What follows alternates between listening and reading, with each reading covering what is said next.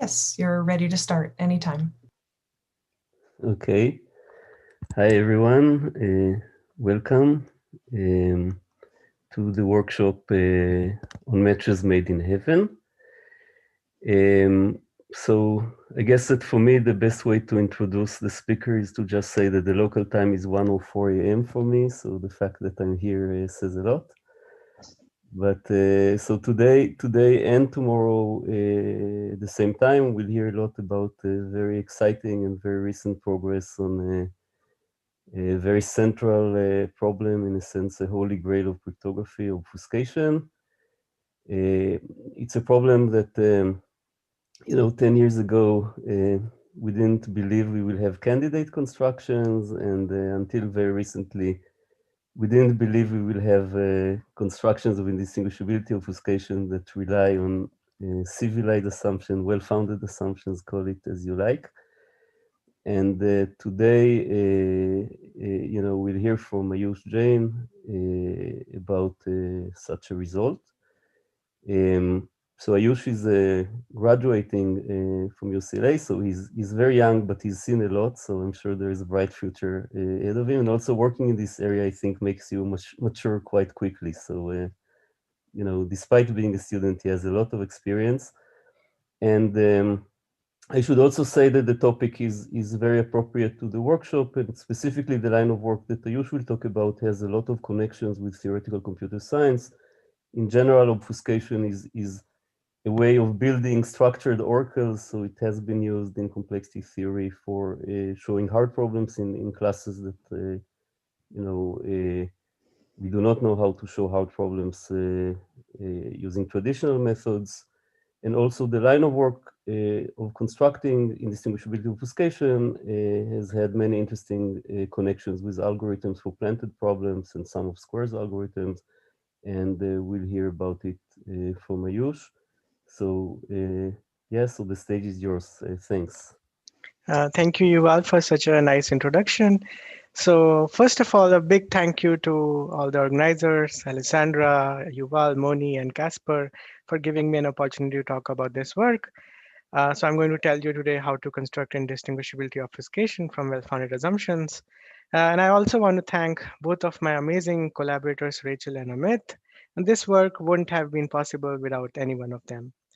So, um, before I proceed, I just want to tell that I was asked by the organizers to talk about um, this work from a technical viewpoint, but with a focus or emphasis on um, its connection with areas in theoretical computer science, like broader theoretical computer science areas.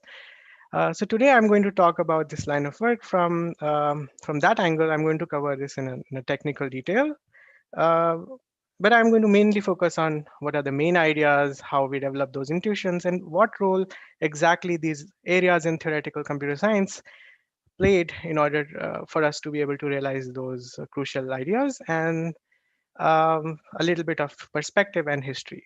Okay, so I'm going to miss out on some of the key technical details in the sense that in this 1 hour talk, it's infeasible for me to cover all the details that you need to construct IO from scratch.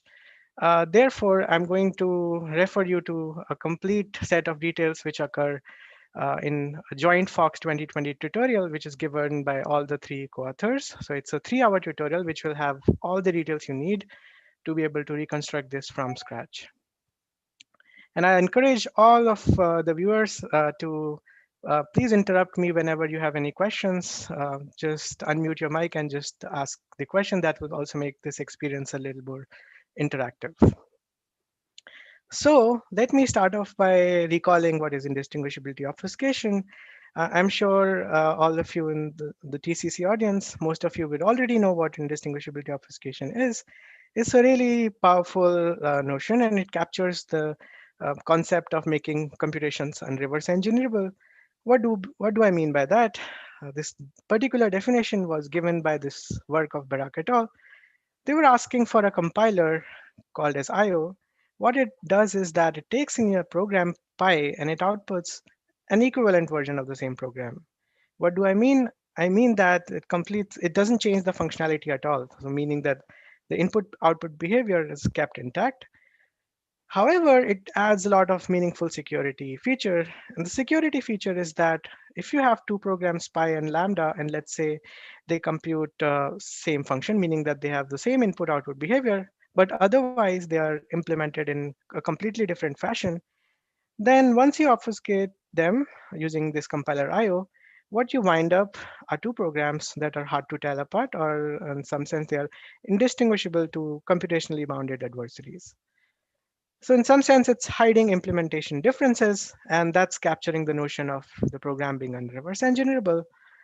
And as you're all aware, this has profound applications in all of cryptography.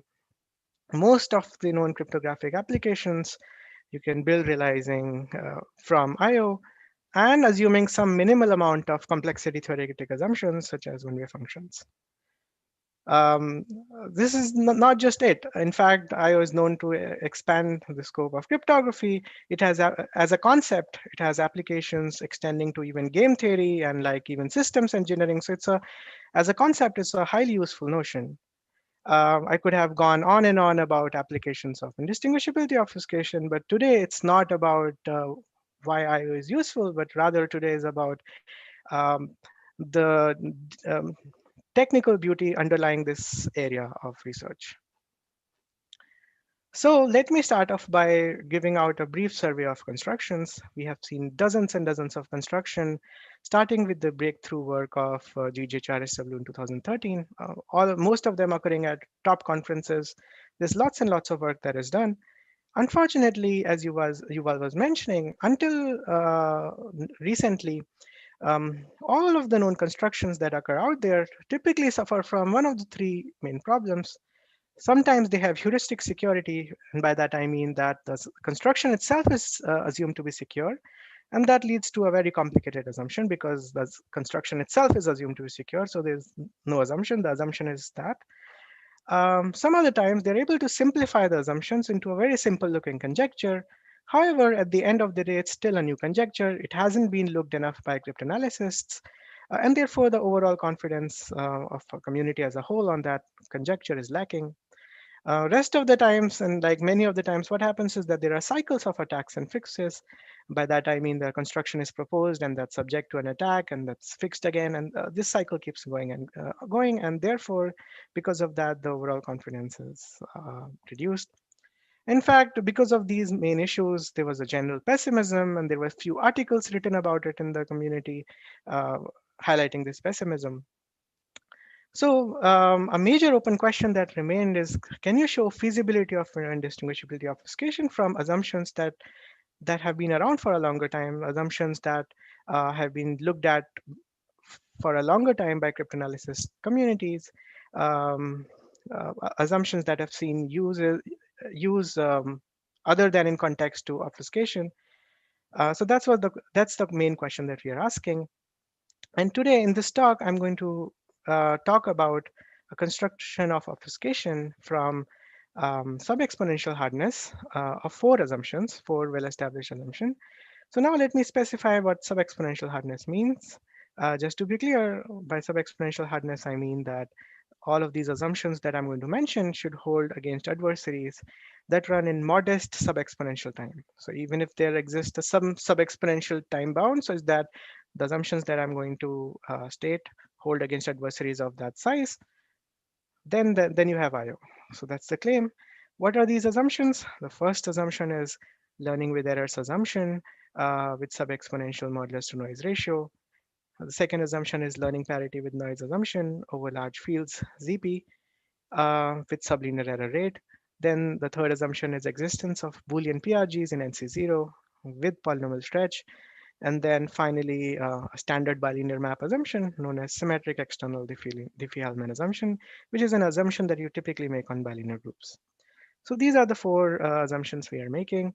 And all of them, as you're perhaps already aware, have been around for at least a decade, if not more, and has been reasonably well studied by cryptanalysis community, and have seen its use even beyond context of obfuscation.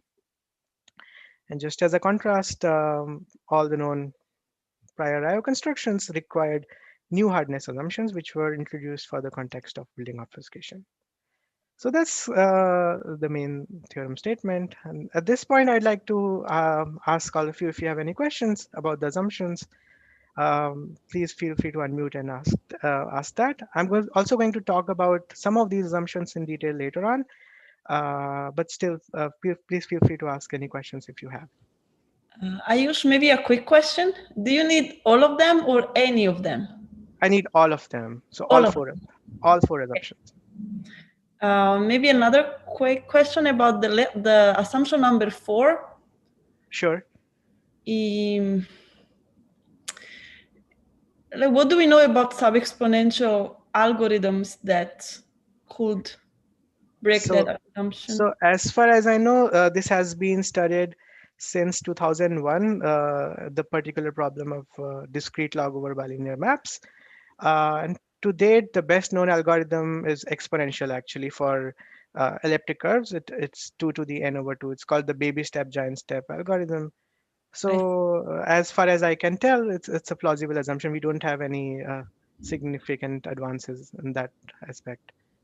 However, I would like to state this is an important point. The last assumption is actually not post-quantum secure. It's in fact broken in polynomial time using a quantum computer. Okay, and that's just the Shor's algorithm because it's a group assumption. Therefore, it's broken in polynomial time. So whereas the first 3 assumptions we are making, as far as we can tell, there are no quantum attacks that exist as of now. Yeah, So just to clarify, in terms of the word exponential, you mean 2 to the n to the epsilon as opposed to 2 to the epsilon times n. Just you know, in some communities, exponential is used in a different way. I see. Yeah, that's precisely right. We are looking for sub-exponential hardness, which means for us, even if this assumption holds against adversary of size 2 to the lambda to the epsilon for arbitrarily small constant epsilon, that's enough for us. Okay, so now I'm going to, so ours is not the only work which came out recently. There are, these are really exciting times for IO research, as you was mentioning. There are several other works, in fact, 3 of them, which construct IO from new, but arguably much simpler assumptions than the previous state of art. And as far as we can tell, they are all lattice-based assumptions, so they are plausibly post-quantum, whereas our work is definitely not post-quantum, but our work is from assumptions that have been around for much longer. On the other hand, these are new assumptions. You're going to hear about all these exciting progress tomorrow in the same workshop. Okay, so let me jump. As I was saying, I'm going to talk about some of the assumptions we're making. Let me now go back to that. So it turns out that 2 of our assumptions that we're making has its roots in coding theory. So there's this notion of random linear codes, which has been studied even since 1950s. Now, what does that say? Let's say I sample a random matrix A, which is a tall and thin matrix. Okay, so it's from ZP n cross L.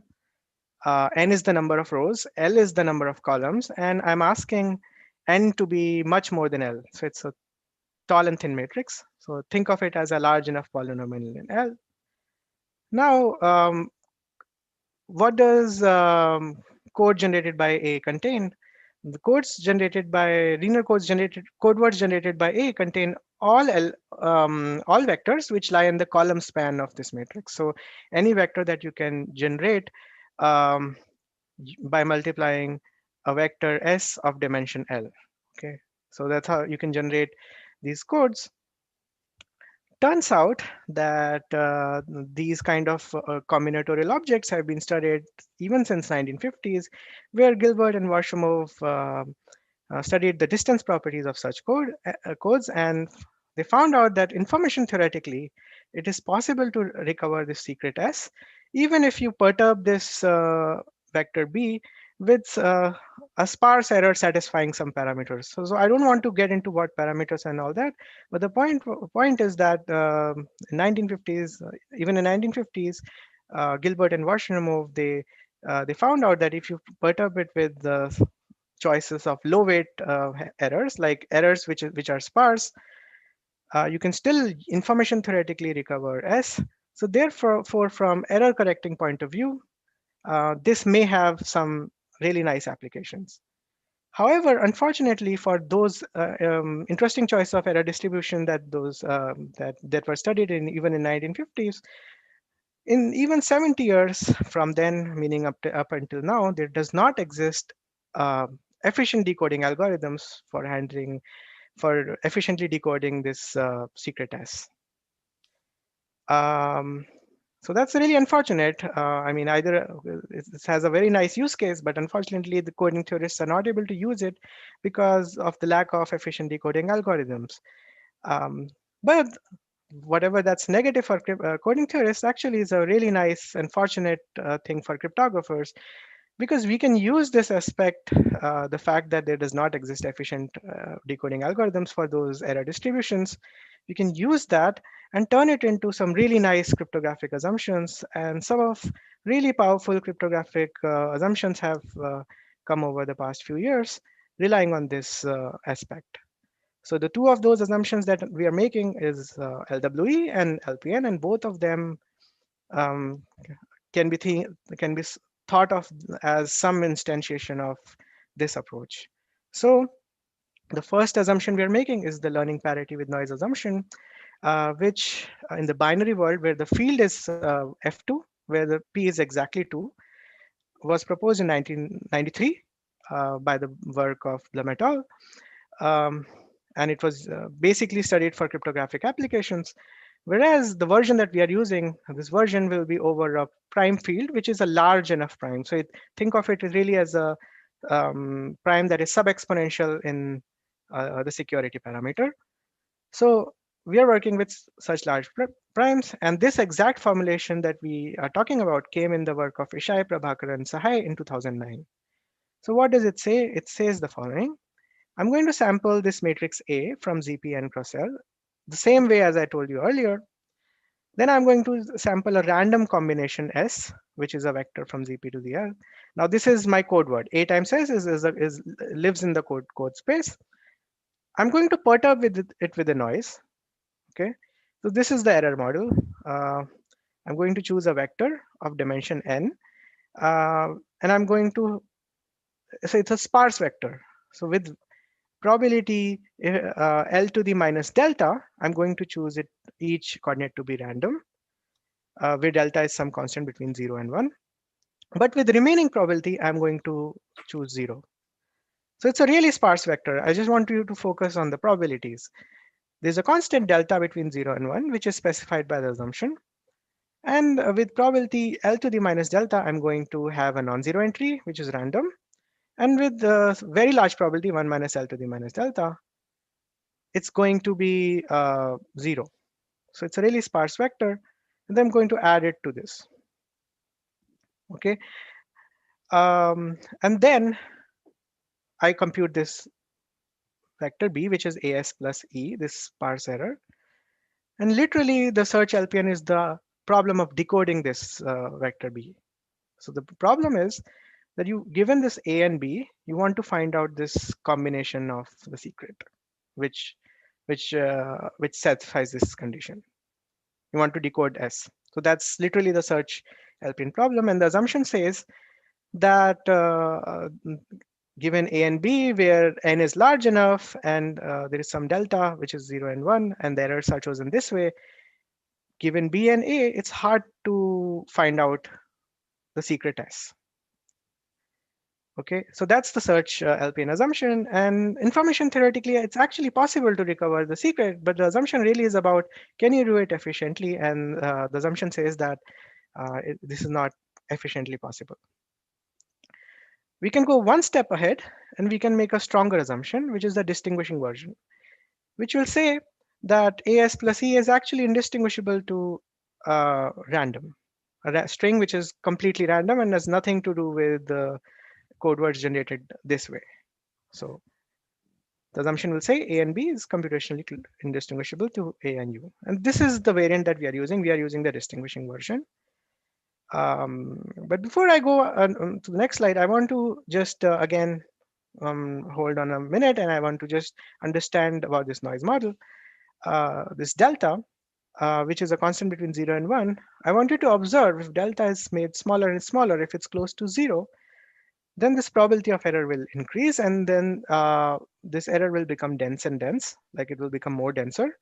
If delta is made close to 1, the probability of error will reduce, and it will in fact become very sparse.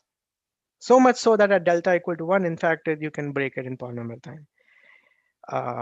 So this assumption, intuitively, our intuition says that these two assumptions should be more believable if delta is small, and it's less believable when delta is large. Now I'm going to talk about exact parameters and such in the next slide. So this is our assumption. You can write it in a mathematical form. I'm just choosing to write it in this way as opposed to the pictures that I wrote, just because it will help us in developing some notation which is useful. So these AIs are nothing. They are just individual rows of the matrix A, and these are multiplied with the secret S and added with the sparse noise. And the assumption says that this is indistinguishable to AI comma uniform. Again, the error distribution is the same. The exact indistinguishability we are asking for is that it should hold against circuits of size 2 to the L to the gamma, where L is the dimension of the secret, for tiny gamma greater than 0. Okay, so that's the assumption we're asking. Now come to the main point. I've told you about search version and the decision version. A reasonable question to ask is, how are they related? I really would like to base everything on the search version, and since decision version is stronger, but turns out they're equivalent in some sense, and there is some work suggesting that, which has some security loss. However, still there's an intuition that search is equivalent to decision.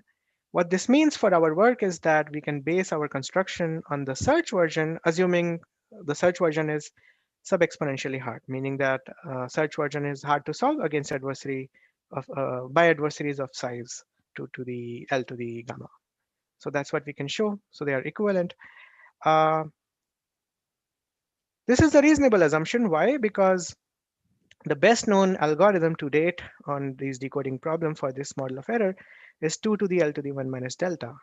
So as I was saying, when delta is smaller, the problem should become harder and harder.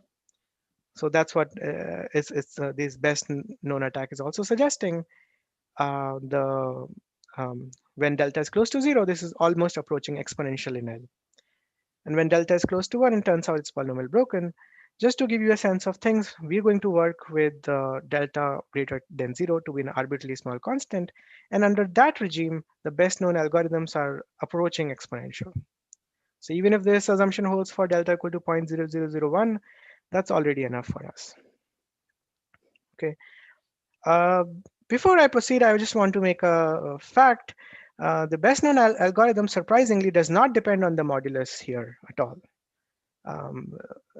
It's almost immaterial what modulus you work with. And we are actually, as I was telling you, we are going to work with P, which is pretty large, which is sub-exponential in the security parameter. Okay. So as I was saying, these are the best known attacks. And actually, this is backed up by a lot of work. This slide I brought from Jeffrey Couto, and thanks to him, this has been studied a lot. There have been lots and lots of algorithms which has looked at this, and even then the best known algorithms are running in time 2 to the L to the 1 minus delta, and therefore we believe that it's a really solid assumption. Okay. Another assumption we are making is the learning with errors assumption, which is more popular than LPN, and therefore I won't be spending too much time on it.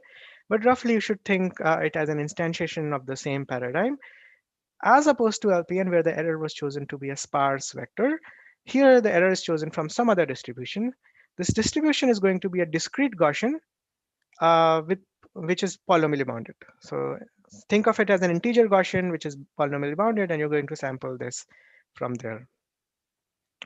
So just a different error model. And here also we enjoy those properties. There is search to decision equivalence. So we can indeed base our construction based on the search version. And here another thing that didn't exist probably in LPN is this worst case to average case connection.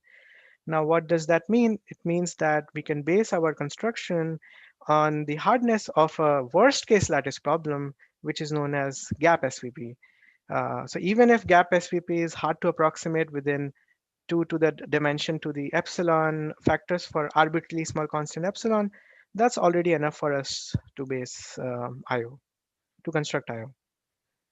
So I won't be spending too much time on it, and it has turned out that this assumption is routinely made in cryptography, and it has given rise to some really nice applications, including homomorphic encryption and attribute-based encryption and those things.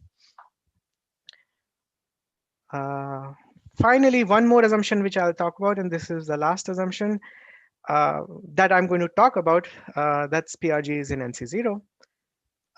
What is a PRG? I'm sure all of you are aware about it. So PRG are nothing but length expanding Boolean function.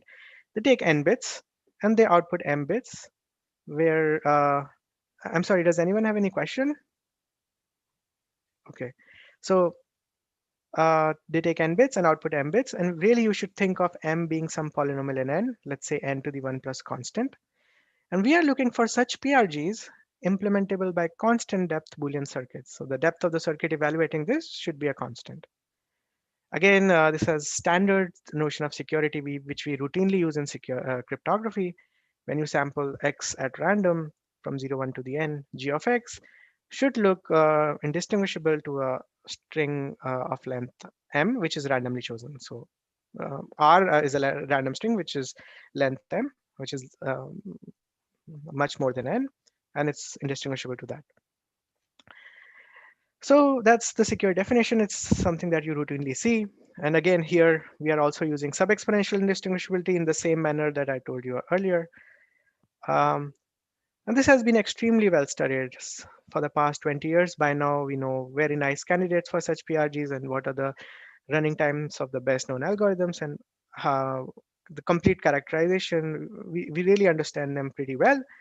The main actual assumption that we are making, the version that we are making with exact parameters, actually came in the work of ICOS in 2008. So even that formulation has been looked at for a long time. Now I'm going to give you two facts, which I'm going to use later on, at the very end of this talk. But it's just good to keep in our mind, and they're really simple facts. The first fact is when you talk about PRGs in NC0, in fact, any Boolean function in NC0, locality is constant. What do I mean by that? I mean that if you look at each output bit and you look at all the input bits that it depends on, so all the input bits here that every output bit depends on, that is a constant. You can show this for any function in NC0. An immediate fallout of this fact is that when you write each output bit as a polynomial on the input x, you can write it as a constant degree multivariate polynomial over the reals where the coefficients come from integers. So just to specify again, every output bit can be written as a constant degree polynomial over the inputs over the reals where the coefficients of this polynomial are from integers. This is a straightforward application of the first fact, which comes from analysis of Boolean functions. So this is somewhat important. So if someone has any questions, please feel free to interrupt and ask me about this. Okay. Just to give you a sense of parameters, we are working with PRGs with a modest stretch of n to the 1 plus tau for an arbitrary small constant tau. So even if this assumption holds for an arbitrarily small constant, meaning even if you have a PRG in NC0 with a stretch of, let's say, n to the 1.00001, that's already enough for us to construct IO. So that's PRGs in NC0. Now let me come to the main meat of the thing. What's the bird's eye view? How do we construct IO? Well, it turns out that there's a pseudo theorem that established in a line of work recently, and I'm calling it pseudo theorem because it's not an actual theorem. It's a recipe. So this recipe says that if you want to build IO, which is a very complicated object, you can actually build it from standard assumptions if you could build a really simpler object. And that simpler object is some PRG. It's a special PRG. By special, I mean it has some special structural and evaluation requirements. I'm going to talk about it slightly later. But the key idea is this very complicated object, IO, can be built from a really simple looking primitive, which is a special PRGs. Now, this might come as a surprise to you that how is it possible that IO is very complex, and at the other hand, I'm saying that if I build a much simpler object, which is just a pseudo-random generator, it's like the bare minimum in cryptography, satisfying some notions, then that helps me to build IO. And turns out there's a really nice bootstrapping theorem about this, and it has lots and lots of steps. Unfortunately, those technical details I won't be able to cover in this talk, but I would like to encourage all of you to look at the Fox 2020 tutorial, the second part of that, given by Rachel, where she exactly talks about this bootstrapping, why you can base IO relying on just a very simpler looking object, a special PRG. So in this work, one of the main theorems that we prove is that you can build this special PRG, the so-called special PRG, just assuming the LPN assumption and PRGs in NC0. Okay, the LPN assumption that I was mentioning, and Boolean PRGs in NC0 with modest stretch. So that's our main theorem. And once we have that, you can actually plug this in this bootstrapping that I was mentioning. And there is lots and lots of intermediate steps here, which, as I was saying, unfortunately, I cannot cover it. And you should really look at the Fox tutorial by Rachel. And as you can see, this is the picture. Once you have these four assumptions and you have this object, this bootstrapping will take you straight to IO. And I want to stress here that, as you can already see here, all these intermediate steps actually utilize a lot of intuition, which were developed in the community over past few years. So we are actually heavily reliant on those beautiful ideas. At the same time, it's only during this route some really nice concepts such as security amplification and partially hiding functional encryption came. And it's very nice to see that all these pieces combine so beautifully to construct IO. And really, I cannot encourage you any less to see Rachel's tutorial for that part. Okay, so I have convinced you, hopefully. Can I ask you something, Ayush? Hi, Tal. Yeah. Hi. Can you say something about those assumptions? Like, do we know the relationship, for example, between LPN and LWE? Or what do we know, this PRG that you use? How does that relate to other assumptions, to factoring? Like, somehow, is there clear known relationship between these assumptions and the things I teach in Intro to Crypto? Unfortunately, not. So far, we're not aware of any connection between LWE and LPN. I mean, they're all both coding theory style assumptions, but even the algorithms that are used to attack these two things, they are fundamentally really different. For LWE, you use lattice reductions. For LPN, you use more like algebraic methods. So at least I'm not aware of that connection. PRGs in NC0, I mean, all these assumptions imply PRGs, but PRGs in NC0 is fundamentally different. You're asking for PRG, which is in low depth computation. So it's more related to hardness of constraint satisfaction and all those things. So clearly this sounds like a stronger assumption than those, but at least I'm not aware of any connection like that. Like, if you're asking if one thing implies the other, that's a big open problem. Yeah, I'm asking both if it implies and also intuitively, like, which one should I trust more, LPN or LWE? It's not known, right? Yeah, it's a good question. I don't know the answer. The best case running times for the parameters we are using is actually about the same. And other than that, we are not aware actually, like, which one to believe more. On the other hand, LWE has been used much more than LPN just because it gives rise to homomorphic encryption. And really, there was an era where LWE actually created bloodshed of algorithms constructions like FHE, attribute-based encryption, so on and so forth, LPN is relatively less used. But on the other hand, from coding theory perspective, actually LPN also has been studied quite a bit. So it's really an interesting Thank question. you. And hopefully our work will encourage people to study those questions. So Ayush, can I ask another question? Sure. So you say that there is this recipe. If you need a special PRG plus standard assumption, you get IO. And in this work, you are just showing how to create this special PRG from LPN and the PRG in NC0. Now, is this the same recipe used in other works, in the other three works that you mentioned before? So that's a good question. So this overall recipe is the same, but the workings are different because the details are different, and the overall approach is the same. But it's really individual workings that depends on a lot on what kind of special PRG you are building and those things. So these intermediate gadgets can differ somewhat. But yeah, overall intuition is the same, and somewhat recipe is like a guiding principle. It's not like a general theorem that lets you do it. So it's just you come up with this special PRG, and then you have an intuition that this will lead to IO. But in the intermediate thing, you have to think about right hammers, and we already have those hammers in from previous works. You just have to think about selecting those right hammers, and that will give you a path. But yeah, it differs somewhat, but again, it's not a lot of difference, I would say. Okay, and this word weak, is there any meaning in this? Yeah, so that's what Rachel will tell you in the tutorial. But like again, the main point is that what we construct is not fully secure. In fact, what does PRG says? PRG says that g of x is computationally indistinguishable to random, which means that the advantage is negligible, right?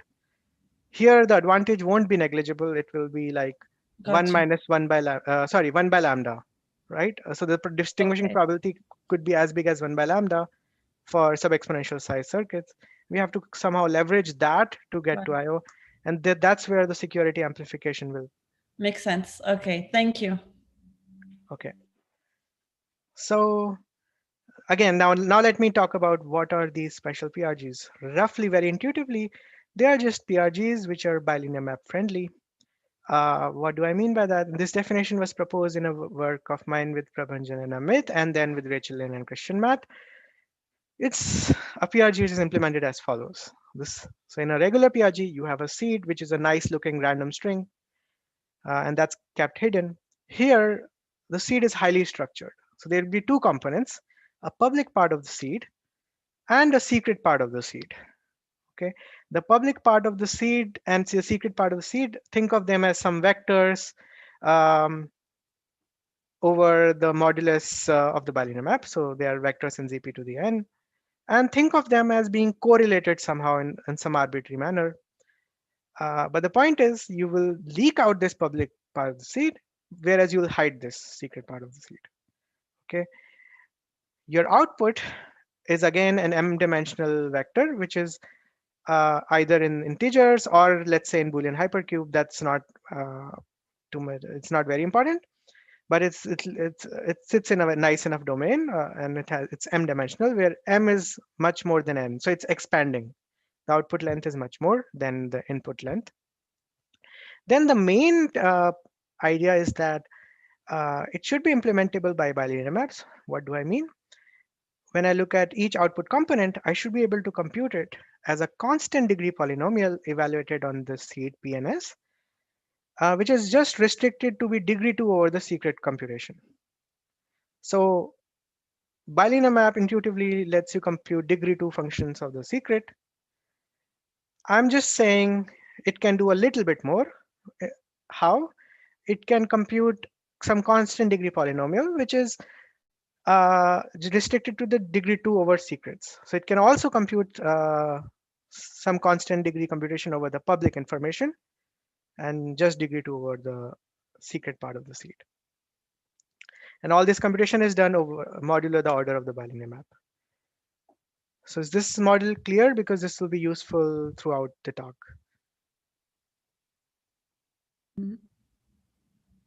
Okay. So just to repeat again, intuitively you would think Balinear map can compute just degree 2 function over the secret. We are asking that actually you can do slightly bit more. You can do constant degree computation over the public information and degree 2 over the secret. And then all these works show that if you have a PRG like that, that implies IO along with standard assumptions. Okay, so that's special PRG. And our main theorem, as I was saying, we construct this special PRG. We're calling it as a structured seed PRG. Why? Because our seed is structured. PNS, they are arbitrarily correlated, and they do not even have to be random strings. Like in a PRG where the seed is random, here the seeds do not have to be random at all. Okay, so they are just some, think of it as abstractly some vectors living over ZP to the n. We show that how to build this PRG from these two assumptions. That's the main contribution. Now, a fundamental question that arises is that why did I consider evaluation this way?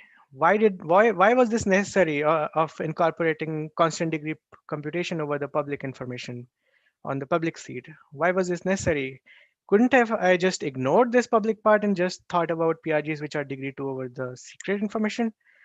And that's a really reasonable question to ask because Balinear maps is exactly tailor-made for that purpose. It turns out that indeed that was the first and de facto line of attack. There were candidates in 2017 and for about 2 years, there were proposals like that which considered such PRGs where there was no public seed and it was just degree 2 over the secret seed. And turns out that all of them were attacked for some really deep reasons. And therefore, considering this model was kind of essential. So it was one of the crucial points of our work, the fact that you can think about PRGs as such PRGs as being useful to IO. That was really crucial. So let me now talk about. Can I ask something? Sure. Did I understand correctly that you're saying, is this necessary? Is it sufficient? Did I understand correctly that it is sufficient for your construction, but it's not sufficient for existing? Like you don't know how to show that it exists. Like if I could come up with a PRG where the entire secret seed was of degree 2, that would be sufficient for your IO, right? But except you cannot build such a PRG. Yeah, that's the main point. Yeah, if you could build a PRG which is just degree 2 over the secret seed and there is nothing like really a public seed, if you could build a secure PRG like that, that will be enough. Unfortunately, all of those proposals which came in 2 years, but all of them were broken down. But you don't have a negative result, right? That's we don't have we don't have negative results. We just have implausibility arguments. Implausibility means it rules out a wide class of such PRG constructions, but again, it doesn't rule out everything. And it's a big open problem if you can construct something which bypasses those implausibility arguments. Thanks. And what is the intuition on why public seed help? It's just because you make the function more complicated? Okay, so the fact is, what is the best that Balinear map can buy us? Balinear map can, at the end of the day, just help us compute degree 2 computations, but here we are able to do slightly bit more. As I will show you later on, if you just discard this public seed, turns out all the proposals that were made were broken. So doing this helped us to design such candidates which bypass those impossibility results. Well, not impossibilities, bypass those attacks. That's what I mean. Those attacks, sure, okay. So just it helps in some way because you can make PNS slightly correlated and that helps somehow. I'm going to talk about it. You'll see what I mean. It sounds like maybe you need, sorry, I'll stop interrupting. Sure. But it sounds like maybe you're like separate, you need both complicatedness in order for it to be actually a PRG and degree 2 in order for it to be useful, and you manage to separate them. One is a secret and one is exactly. That's the main, that's like how you can summarize. There's a bridge, it has to be complicated enough to be evaluated Boolean PRG, but at the same time, you only have degree 2. So this lets you do all those things. Yeah, exactly. That's the right way of putting it. So, but leaking the public does not tell you anything about the secret piece, right? that better be true. Okay. If that's not true, then our PRG is broken, right? So, so it's like somehow computationally a public seed will hide some information about the secret seed. That's a good point. Okay, so that this was the proposals, degree 2 PRGs that I was mentioning, where the evaluation is just degree 2. There is no public seed. There's only private seed. So there were two types that were proposed. The first ones were proposed by Lin and Tussaro in 2017, which is known as two block local PRGs. Now, what do? Their inputs and outputs are both Boolean. Okay. And then later on, since they were exposed to some attacks, later on a weaker model was suggested where inputs could also be integers, let's say from minus lambda comma lambda to the n, and output can be an integer. But the main unifying feature was that their evaluation is extremely simple. It's just degree 2 polynomial over the seed, and there is no public seed at all. It's just simple degree 2 polynomial where the coefficients come from some integer. So that was the idea. And all these work show that such PRGs were really useful. You can construct IO assuming PRGs with this evaluation complexity, assuming some further standard assumptions. But unfortunately, as I was mentioning, they were subject to some devastating set of implausibility attacks.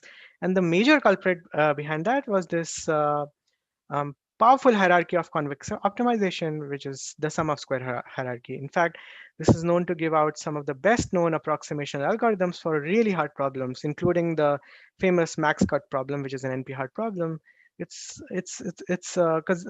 assumed to be, it's considered to be a really powerful convex optimization hierarchy. And now, why were these shown to be implausible? Well, the idea is very elegant. The Boolean ones were shown to be implausible by the work of Barak et al. And Lombardi and Vaikunatham. So I'm going to just pick the idea by Barak et al. So they realized that this notion called symmetric growth-ending inequality, whatever that means, by Charikar and Wirth, was really useful. It's such an intuitive and a really strong statement that I thought that it deserves to be on the slide, and every computer scientist should know that. What does it do? If you have any quadratic function g, any degree 2 polynomial, over the Boolean hypercube to the real, what it lets you do is that it lets you efficiently find an input, x hat, such that this value g of x hat is at least the maximum of g on the hypercube divided by log n. So you're able to approximate the maxima on the hypercube with log n accuracy. So it's really accurately optimizing degree 2 polynomials over the hypercube. And as you can imagine, these Boolean PRGs were degree 2 and they worked over hypercube. Immediately, you can apply that and it rules out most parameters, and it is a very general attack.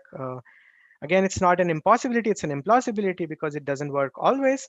But so far as we can tell, there doesn't exist any single candidate which is known to bypass these attacks. So that's Boolean PRGs. Similarly, integer PRGs, they were not broken because of those kind of things. They are broken also due to SOS algorithms, but different reason. The reason was that you could think of it as a matrix completion problem. So you can think of, so you have degree 2 polynomials, you can compute all the monomials, sigma transpose, and set it as a matrix. Now your goal is to just recover this matrix given these PRG equations, which by the way, you can write it as a matrix inner product.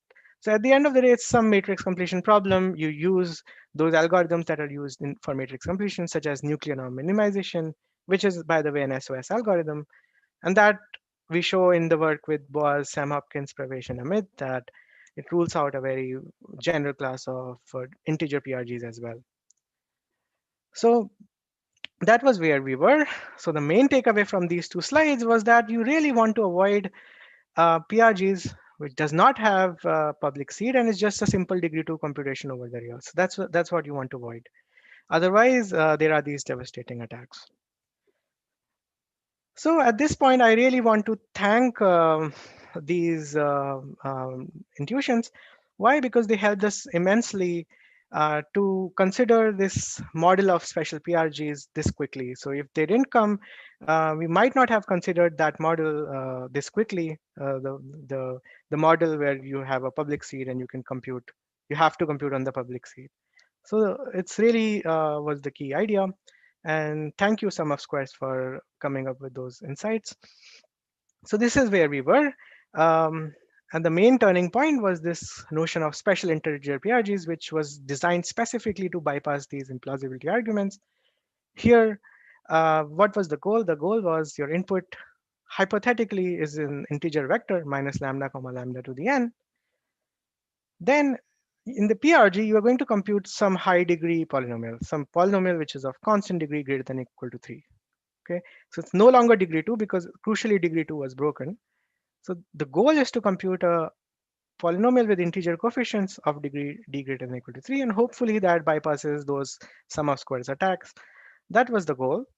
But what we showed is that we cannot compute quite this. Of course, we cannot compute it using bilinear maps because this is not a degree 2 computation on the seed.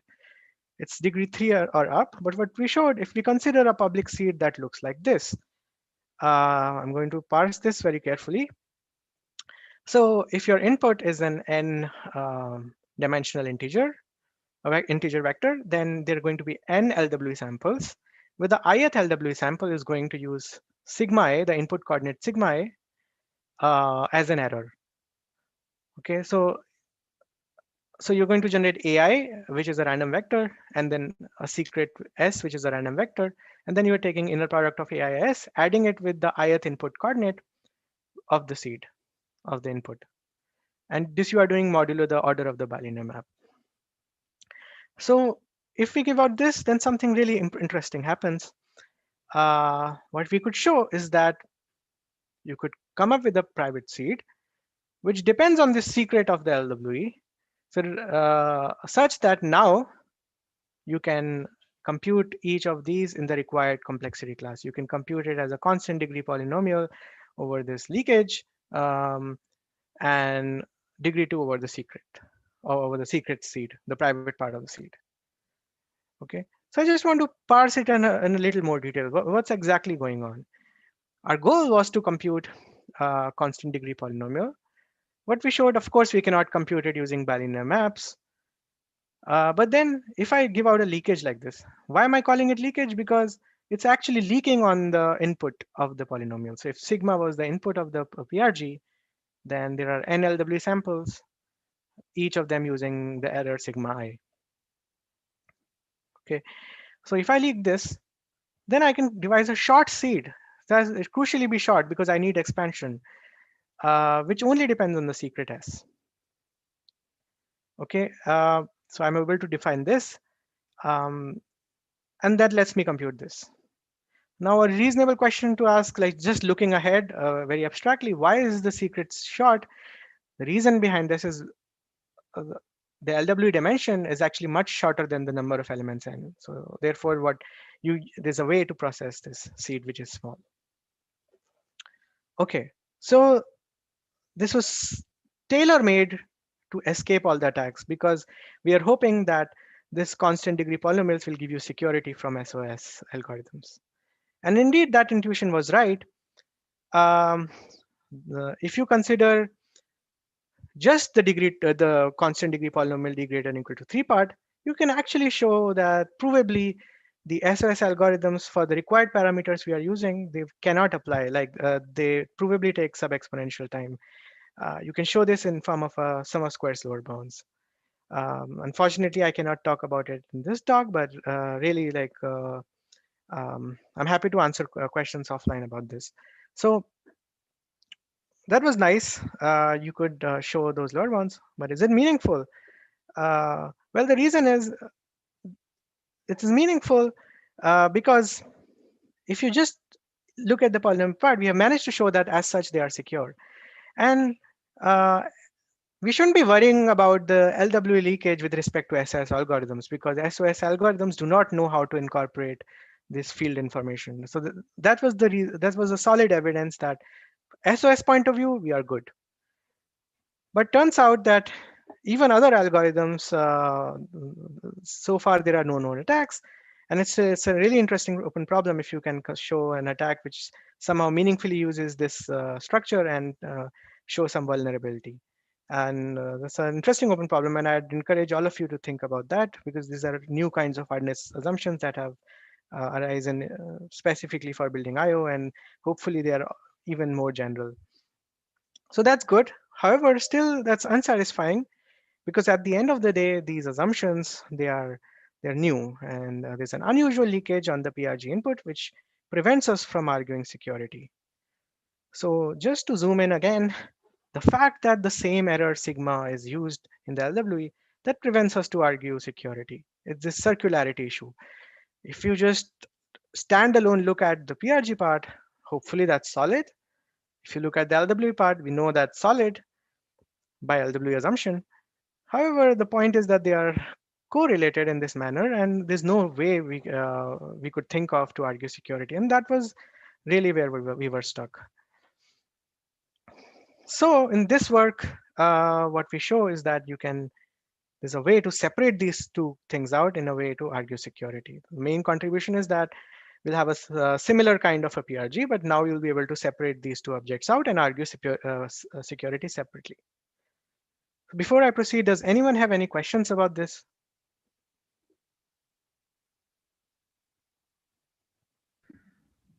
Okay. So what do we do in this work? This time, we also construct a special PRG with this evaluation complexity.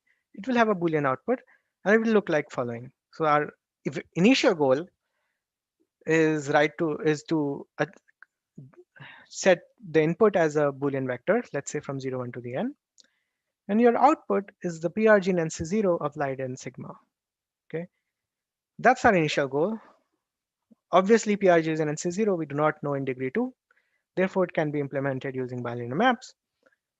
So what we observe is that if we set this as a public seed, then we are able to do something interesting. I want you to look at the public seed. It's somewhat different. It has a twist as in comparison with the previous public seed. So now, instead of LWE samples, I'm going to have an LPN leakage. So I'm going to sample these vectors AI at random, and then inner product with the secret S, which is also at random. Then I'm going to add a sparse error EI according to the LPN error distribution. So remember, LPN error distribution, the error is chosen to be 0 with very high probability. With probability L to the minus delta, it's non-zero and random. That's what I'm going to do here. I'm going to add it with ith bit of sigma. So if the number of input bits is n, the number of LPN samples encrypting sigma, that's also n. So these are LPN samples, they encrypt sigma. Okay, so that's the leakage, or the public part of the seed, whatever you want to call. But the question is, why is this helpful? Two reasons. First, what it lets me do, I can come up with a short seed, which is some function on S and E, the secret of the thing, and the sparse vector of error, such that now I can compute this PRG output bit as some constant degree polynomial with the public part and degree 2 over the secrets, the same complexity measure that you were looking for. Okay, so that's evaluation. But also, as I will show you later in just on the next slide, you're able to argue security. Essentially, the key intuition is that all the adversary gets to see is this PRG output and this leakage, and some sense this encrypts sigma. Okay, so now, Sorry. Wait, so where did the circularity go away to? Why suddenly there's no circularity? Exactly, that's what I'm coming to now. Okay, so what's the idea? Why is it different from the previous construction? I just want you to recall the previous construction. Let me actually go over there. So I had some PRG evaluated at sigma, and then LWE samples which use sigma as the error, right? Now I want you to look at this thing. I had a PRG evaluated at sigma. Now I injected a sparse error added into the LWE, into the inner product, right? I injected a sparse error, which is additional. Why this sparse error helps is that I can, just because it is sparse, I can still devise a short seed, which lets me compute this way and guarantee expansion. But at the same time, the sparse error gives me some independence between these two things so that I'm able to argue security. Okay, so just to repeat, the difference from the previous assumption is that I'm injecting a sparse error here. That's the only difference. There's a PRG applied on sigma, and the previous assumption you would sigma as the error, but now I'm injecting the sparse error chosen to LPN distribution. And this, just because this error is sparse, lets me compute a short private part of the seed, such that I can compute this way while guaranteeing expansion, but at the same time, it gives me some independence. Now, the proof is really trivial of this fact. I'm going to do the proof on the next slide. So it's secure assuming LPN and PRGs in NC0. So this is the proof. You're going to learn this AAI, AIS plus EI plus sigma I mod P, and then PRG and NC0 evaluated at sigma. Now by LPN, what do I know? AIS plus EI, I can replace it with uniform.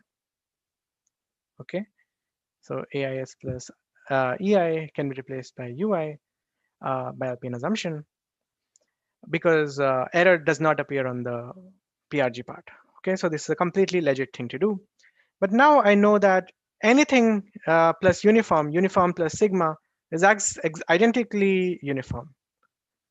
Okay, so now we are independent of the sigma in the left-hand side. So sigma only comes in the PRG evaluation. Therefore, I can replace G of sigma with a random string. So that's it. That's the security proof. You managed to show that given this leakage, the PRG output looks close to indistinguishably close to random. And that's exactly why we're able to argue security. And that helps us to build IO. Sorry, just to double check. So capital P, capital S are the same size? Say that again. Capital P and capital S are the same size? Capital P. No, sorry. On the previous slide, sorry. Okay, the point is they won't be exactly same, but the idea is that the size of the public seed plus size of the secret seed, that's much less than the length of the output. That's the main idea. Sure. Okay, thanks. Okay. So I hope the proof is clear and it's really straightforward. Now, how much time do I have, Alessandra? Can you tell me? So this slot ends in 24 minutes. So you can use 24 minutes is your upper bound. Okay, sure. That's perfect. Okay, so now I won't be able to completely tell you the details, but let me give you a few basic ideas of how you can construct this SPRG. So this is the desiderator, okay? I told you that this is the public part of the seed, which will have LPN samples encrypting sigma. How are we sampling? Again, just to remind you, you're going to sample these vectors from ZP to the L. The secret is also from ZP to the L.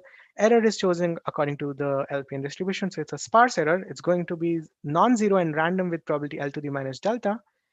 And it's 0 with 1 minus L to the minus delta probability. So it's 0 with large probability. So it's a sparse error. Sigma is the seed of the PRG in NC0, which is chosen at random from 0, 1 to the N. And remember, a G is a PRG in NC0. Therefore, it can be written as a polynomial over integers with constant degree D. And think of the stretch as n to the 1 plus tau for a modest tau. So M is n to the 1 plus tau. So that's the sampling details. This is just for formality. This is the public part of the seed. And for sake of convenience, I'm going to just put this AIs, the vectors, in some CRS or something, in something that is publicly known. So index is something that's known to everyone. That's part of the setup. Okay. Now my goal is I want to find the short seed that I was mentioning in a way that lets me compute G of sigma in this complexity model. At the same time, ensuring that the size of the public part of the seed plus size of the secret part of the seed, that's much less than the output length of the PRG. That's what I want. And this will solve all the problems. I've already talked about how to argue security. So essentially, this is what remains.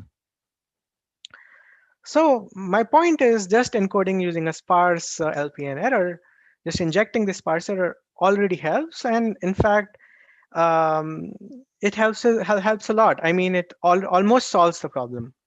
So why is that? Well, I take this secret S. So it's a small secret, right? I mean, an LPN, the size of the secret S is much less than N, right? So I can pre-compute all the monomials in the secret S of degree D over 2. So remember, D was the degree of the PRG when expressed as a polynomial over the reals. So I can take the secret, compute all the degree D over 2 monomials, and put it in the secret part of the seed. Now I can ensure that the dimension of the secret is small enough so that this doesn't grow too much. It doesn't grow more than the stretch of the PRG, for example. So I'm going to set the dimension to be such that the number of monomials is exactly n. So it's balanced. Okay. So now the point is that you can compute this function y prime, which is this PRG in NC0, which I'm expressing as a polynomial with integer coefficients of degree D, computed on input b minus a1s through bn minus ans. And I'm computing this mod p. Okay. Now the point is, why can I compute in desired computation class? The reason is this is a degree D computation over ZP. Therefore, it's degree D in B, but B is public, so that's fine. It's degree D in A, so A is also public, so that's fine. It's degree D in S, but I've already pre-computed degree D over 2 monomials in the private part of the seed. Therefore, it's just degree 2 over the private part of the seed. So that's why you can compute it in that required complexity class. You're able to compute it, but here is the magic. When you write b minus a as sigma plus error, you're going to evaluate this g on sigma plus e. Okay. Each of the error coordinate is 0 with very high probability, but with very small probability L to the minus delta, they are non-zero. Now I want you to observe that this PRG in NC0 has constant locality. So every output bit is influenced by only a constant number of input bits. What does that mean? The probability that any particular bit is already correct, any y prime, the ith bit, is already equal to the PRG evaluated at sigma, the ith bit, that's already correct with a very large probability. It's actually 1 minus 1 by L to the delta to the power of the locality. Because that's the same probability that all the inputs that output is affected by, they don't have any errors. This is the same probability, and we know that by LPN it's 1 minus 1 by L to the delta. Therefore, this probability is at most this. Now, I know locality is a constant, so by union bound, this is at least 1 minus order of L to the minus delta. And this is exactly saying that most of the, any particular bit is already correct with a very large probability. And at most L to the minus delta fraction of the m bits, they are going to be incorrect. So it's a sublinear fraction. It's a non-trivial fraction. It's L to the minus delta fraction of the total number of output bits. Only those are the ones that are not correct. Rest of them are correct. So again, I can define, I can call these output bits which are incorrect as bad output bits because they are bad. That's what we want to get rid of. So I'm going to define this bad set as indices where your output bit is not equal to the desired output. And in expectation, I know that they are, as I was telling you, it's m to the L to the minus delta, because L to the minus delta is the probability that it's incorrect. So that's the expectation. And we can show a stronger claim. The size of this bad set is lambda folds more than the expectation. That's less than 1 by lambda. That's just Markov inequality. So our goal is somehow to only correct m by L to the delta fraction, lambda times m to the m by L to the delta fraction. Okay, that's what you want to correct. Most of the bits are correct, but with very large probability, 1 minus 1 by lambda. At most, lambda m divided by L to the delta coordinates need correction. Okay. Now you might ask, what happens with this probability 1 by lambda that you might have more incorrect output bits? In that case, I don't care because I'll just lose security worth 1 by lambda, and hopefully security amplification, as I was telling you earlier, will take care of that. So I don't have to worry. Just the key take home for you is that you just focus on correcting m lambda by L to the delta errors while preserving expansion. That's what you want. Now let's try to correct it. Can I ask a question Sure. before you move Yeah. forward? So where was it important that you only did up to degree over 2 monomials in S? So I mean, from what you described, I couldn't tell why you couldn't just take all degree D monomials, which would then give you degree 1 in capital S, which obviously wouldn't be secure, which I guess wouldn't be secure. So That's a good question and comes all the time. Actually, it's not important at all. You could have worked with degree D monomials. Turns out our parameters that we get in our construction are slightly better if we have D by 2 here. But otherwise, you are right. It doesn't matter. That's not the part where you will be using the property of the bilinear map. That's not the part at all. It will just show up in a few minutes. I see. Thanks. Okay, so now what was I saying? Okay, so now what's the overall approach? Here's the overall approach. I'm going to define a correction vector, which is the desired quantity minus the computed quantity. And my goal will be somehow to correct it, gi of sigma plus error plus correction. Okay, that's my goal. Because by definition, this is going to give you the correct output bit because I'm adding the correction to the incorrect value. Okay, so now somehow what I want to do is put this correction vector, embed it in the private part of the seed so that I'm able to compute this. But the point is I cannot just naively put it like this because this is too big. Correction vector is m dimensional. If the length of the PRG output is m, the length is m, you won't get any stretch because you're putting basically everything here. We have to make use of the fact very crucially that this correction is sparse. It has at most m lambda by L to the delta non-zero entries. We have to make use of that fact. So let's try to do that. Well, the first idea of using that is I know correction is sparse. Why don't I just put the non-zero elements in the private part of the seed and somehow leak out the indices at which it's non-zero? That is not going to work because it will kill security. Basically, that's that. You cannot just put it as it is. You have to put it in a way that does not leak which of the entries in the correction vector is non-zero. So that's the take home from this slide. So the goal is simple. You want to take this correction vector, which is a sparse vector, embed it in a way which doesn't leak any information about where this correction vector is 0 and where there is non-zero. Okay, so that's just the goal. And what we will do in our solution is that we'll make use of the fact that it is sparse, somehow embedded in a big matrix. And this matrix, since just because this correction is sparse, is going to have some notion of low rank. And if it's low rank matrix, then I can factor it. And I'll put the factors inside the private part of the seed. That's like the overall approach. So let's try to see that idea in the next slide. So I'm going to give you an example where let's say you want to just correct one error. So let's say correction is one sparse. There's only one entry that needs correction. So I'm going to set up a grid of dimension m. M is the number of PRG output bits. Let's say the grid is of size root m cross root m. And then what I'm going to do is that I'm going to sample a map, which is arbitrary bijection. I don't care how it's sampled. It just doesn't have to be random or anything. Arbitrary bijection. What it does, takes in output bits, m of these output bits, and map it injectively inside this grid. And then I can take this bijection and use it to port all my correction vector. I know by definition here that correction is one sparse, so this matrix is also going to be one sparse. So there's only one non-zero entry. Because of that, it will have rank 1. And then you can factor this matrix. Since it's rank 1, you can factor this matrix as u times v, where both u and v are root m dimensional. Okay, so that's where the compression is coming from. Just the fact that you're able to embed this sparse correction vector and then factor it in matrices. So it's ZP root m dimensional. I'm going to put this UV in the private part of the seed, and this in the index, I'm going to put this phi, the bijection, and then I can compute this U and V. Like I can compute this function. What it does, it computes what I was already computing plus correction. How do I get correction?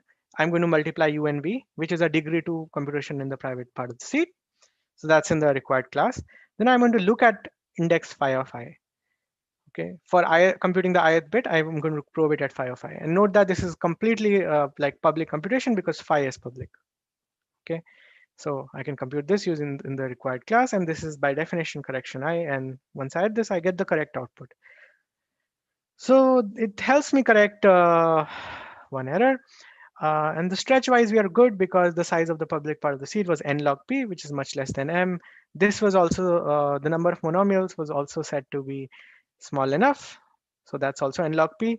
The real change is the size of u and v, which is proportional to root m, which is much less than m. So that's why we are good. And security also holds because we are not leaking any information about non-zero entries in the correction vector. So security is fine. The key takeaway from this is that you can use this idea to correct up until m to the 0.49 errors. Okay, so it doesn't correct. It doesn't have to be just one error. You can generalize this idea to correct m to the 0.49 errors. In that case, you'll wind up getting m to the 0.49 rank matrix. Therefore, this will be m to the 0.99. So you still have stretch. But here, remember that our goal was to correct m lambda bell to the delta errors, and this could be much more than m to the 0.49. This is linear in m, and this is just sublinear in m. So that was the goal. Unfortunately, this idea doesn't work. However, an extension of this idea works. Unfortunately, in the interest of time, I won't tell you about that, but it's a really straightforward extension. Instead of considering one giant matrix, you're going to consider t smaller matrix and just have this rank, sparsity rank and compression idea there.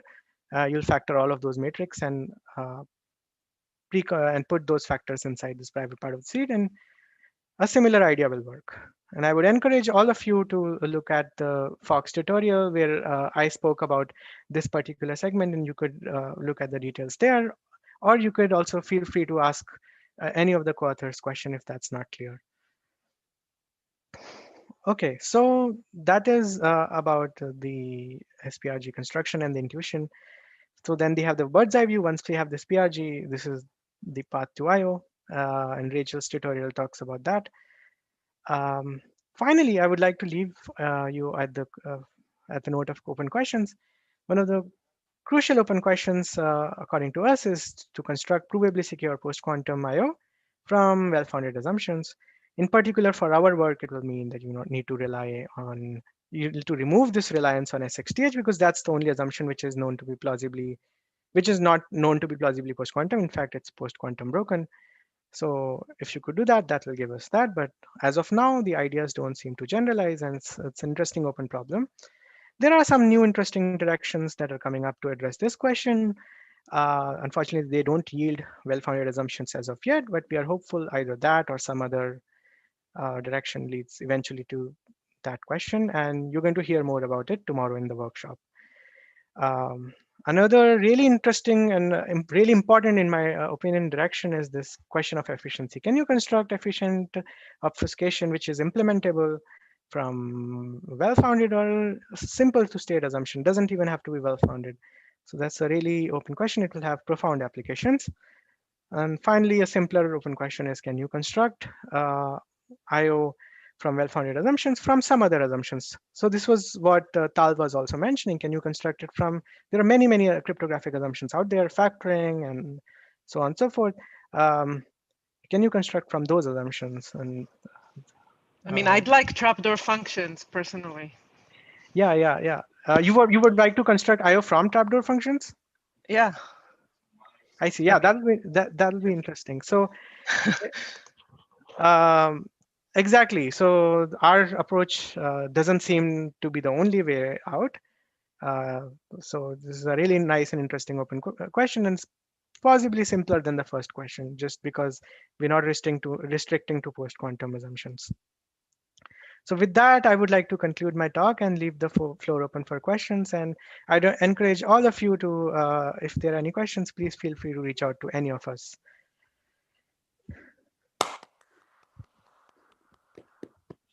Thank you, Ayush. This talk was great. Everyone.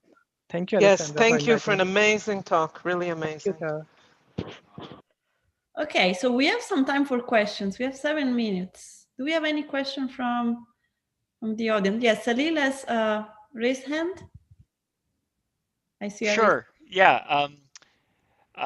So first, I guess it's just a question which I think I know the answer to it. I'm assuming the use of the term well-founded assumption doesn't have anything to do with the well-founded has a particular meaning in set theory and logic, and I assume that you don't mean it in any formal relation to well-founded set theory. No, we just meant assumptions with solid foundations, the assumptions Okay. that have been looked. Yeah, exactly. Yeah, that's what I assumed. So the other question I had was, can you remark about the falsifiability of the assumptions? I mean, several of them I'm familiar with. I guess I'm less familiar with SXDH. So I can tell you what SXDH assumption is. Do you know about DDH? Yep. So it's just DDH over bilinear, asymmetric bilinear groups. So if you have a bilinear map, G1 cross G2 to GT, all you're asking is that DDH holds in G1 and G2 separately. Great. I mean, so it sounds like all of the assumptions are kind of falsifiable in the standard sense, and I thought there were some barrier results about doing some kind of crypto that is possible based on I/O that can't be based on any standard crypto assumption using a black box reduction or something like that. And so how is this I'm aware bypass? that, is it because of like complexity leveraging, or what's happening? Not monotone, Salil. It's not monotone. You could have you could have an unfalsifiable implied by falsifiable and vice versa. I mean, it's not a monotone. Right, you can get a zero knowledge, assuming this protocol is zero knowledge, is not falsifiable, but still you can derive it from a falsifiable assumption. But what is the barrier? Can you state the barrier? Well, I'm just thinking. Are you thinking about snarks? Yeah, for example, snarks. Yeah. We know snarks. We don't know snarks from I/O as far as I can tell. I see. And snarks are kind of unique that way. It's not like that. There's other I/O crypto in I/O world for which there's a similar barrier known, I guess. There's always some caveat in all of these things. As far as I can tell, there is nothing stopping it from getting it from falsifiable assumptions. In fact, our work gets it from completely falsifiable assumptions. I mean, right. I thought even with like FHE, there still was for like unleveled FHE, there's still need for some kind of circular security assumption. But is that again also something that we don't know how to get from I/O, or we know from how to get from I/O? Assuming re-randomizable encryption, fully re-randomized encryption, for which you can typically instantiate from number theoretic assumptions, that with sub-exponential I/O gives you unleveled FHE. Yeah, so that's a corollary, Salil. Getting rid of singularity for FHE. And that's this is the first time that's known. Is based on this. From these assumptions. Wow. Yeah, I mean, from non-circular secure assumptions. Yeah. Thanks. So thank you to Yuval for being up for my talk. Yeah. So yeah, thanks for keeping me up, and thanks everyone who attended, and stay tuned for tomorrow for part 2 of the obfuscation developments. Thanks, Ayush, again, and see you everyone tomorrow. So tomorrow morning, David, morning my time. Morning your time. I already don't know whose time it is. Tomorrow morning US time, David Woodruff will be speaking on adversarial streaming, and in the late night or afternoon session, we'll have part 2 of obfuscation. So stay tuned and see you all tomorrow.